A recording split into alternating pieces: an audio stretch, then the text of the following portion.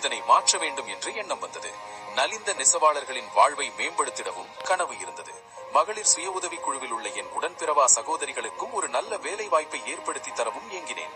இவை அனைத்தையும் நிறைவாக்க ஒரே திட்டம் கொண்டு வந்தால் எப்படி இருக்கும்? அதுதான் இந்த 3-in-1 தொழில், துணி, வேலை உறுதி திட்டம். நெசவாளர்கள் தரமான நெய்யும் துணிகளை நேரடி கொள்முதல் செய்ய சட்டமன்றத்தில் எடுத்துரைப்பேன்.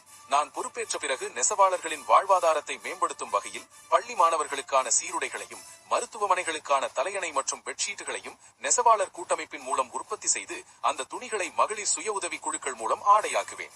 கந்தலாகி போகும் பள்ளி சீருடைகளுக்கு மாற்றாக தரமான சீருடைகளை வழங்குவேன். மருத்துவமனை பெட்ஷீட், தலையணை உரை, அறுவை சிகிச்சை உடைகளுக்கான துணி தேவைகளுக்கும் இந்த ஆடைகளை பயன்படுத்த பரிந்துரைப்பேன். அரசு அலுவலகங்களில் காலம் காலமாக காத்து கிடந்து கண்ணீர் சிந்தும் நெசவாளர்களின் நிலையை மாற்ற கிடப்பில் உறங்கும் நெசவாளர்களின் நீண்ட நாள் கோரிக்கை மனுக்களை மறு ஆய்வு செய்து அவற்றை உடனடியாக நிறைவேற்ற பாடுபடுவேன். இதன் மூலம் நெசவாளர்களின் பொருளாதாரம் மேம்படும், மகளிர் சுய உதவி குழுவினர் வாழ்வாதாரம் மேம்படும், இளைஞர்களுக்கான வேலை வாய்ப்பு உறுதிப்படுத்தப்படும் என்று நான் உங்களுக்கு உறுதியளிக்கின்றேன். இதன் மூலம் அறத்தால் ஆழ்வதே அரசுக்கு பெருமை என்று எமது நம்பிக்கை வெல்லும்.